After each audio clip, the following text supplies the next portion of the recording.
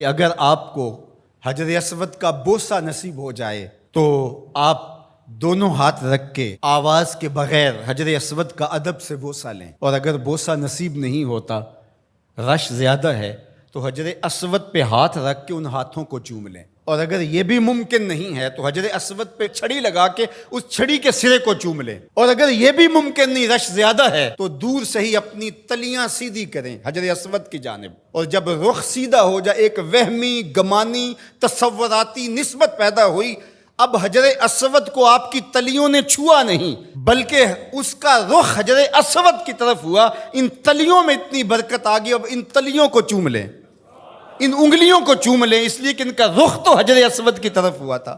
تو جس پتھر پر میرے حضور کے ہونٹ لگے، جس پتھر پر میرے حضور کے لب لگے، اس پتھر کو چومنا بھی عبادت قرار پایا، اور پھر اگر تمہیں چومنے کا موقع نہیں ملتا، ہاتھ لگا کے ان ہاتھوں کو چوم لو۔ اچھا ہاتھ بھی نہیں لگ پائے، چھڑی کو چوم لو، چھڑی بھی نہیں لگ پائی، دور سے اشارہ کر کے اس کی سیدھ میں، اور پھر ان ہاتھوں کو چوم لو کہ جس پتھر پر حضور کے لب لگے ہیں اس پتھر کی طرف ہمارے ہاتھ سیدھے ہوئے ہیں، اب ان ہاتھوں کو بھی چوما جائے گا، پھر جس گلے کو رسول اللہ نے چوما۔ کیسے ہمت پڑی کہ اس گلے کو کاٹ دیا جائے؟ نہیں، وہ فقط گردن حسین نہیں تھی، نہیں، وہ فقط گردن حسین نہیں تھی، رسول کے بوسے کاٹے ہیں تیرے خنجر نے، تم نے رسول کی بوسہ گاہ کاٹی ہے۔ مسح النبی جبینہ فلہ بریق فی الخدود ابواہ من اولیا قریش وجدہ خیر الجدود۔ کہا کہ یہ پیشانی وہ ہے جس پیشانی کو رسول نے چوما ہے، اس گلے کو تو حضور نے چوما ہے، ان ہونٹوں کو تو حضور نے چوما ہے، اس زبان کو تو حضور نے چوما ہے۔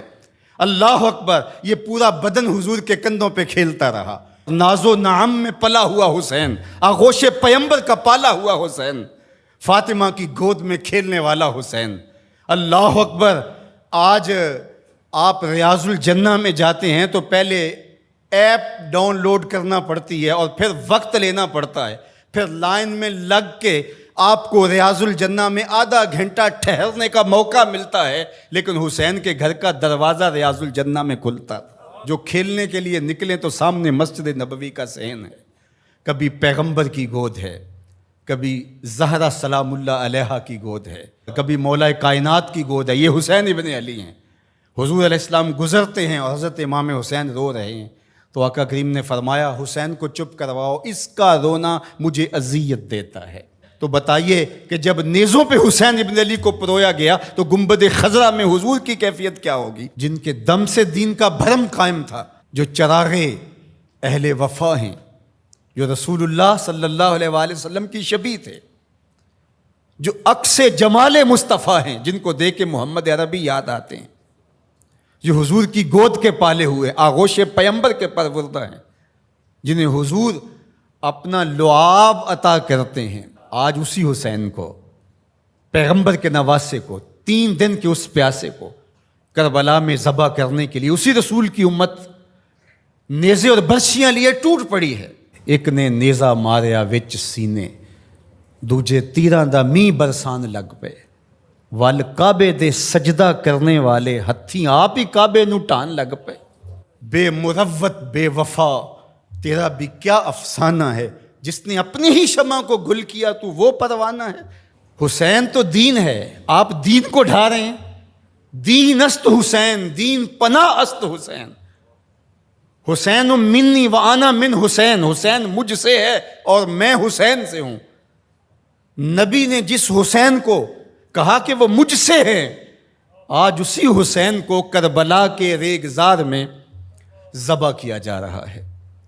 ادھر سے تیر، ادھر سے تلواریں، ادھر سے نیزے، ادھر سے بالے، ادھر سے برچیاں، اور پیغمبر کا نواسا ان برچیوں والوں کے درمیان گھرا ہوا ہے۔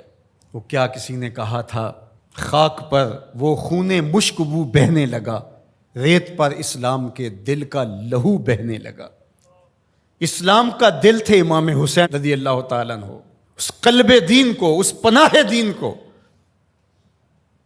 شاہ سوار دوش مصطفیٰ کو، نواسہ رسول کو، پورے بطول کو، ابن علی کو، برادر حسن رضی اللہ تعالیٰ عنہ کو آج جس طرح بے دردی سے شہید کیا جا رہا ہے.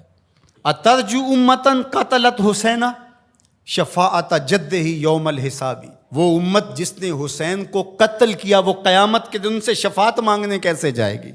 کیسے سوال شفاعت کا کرے گی جس نے ان کے نواسے کو شہید کر دیا؟ وہ کتنا دردناک منظر ہوگا جب قیامت کے دن سیدہ فاطمہ سلام اللہ علیہا اپنا مقدمہ لے کے رب کے حضور پیش ہوں گی اور حسین کے خون میں لتڑے ہوئے کپڑے اللہ کے حضور پیش کریں گی کہ مالک میں حسین کے خون کا حساب مانگنے آئی ہوں.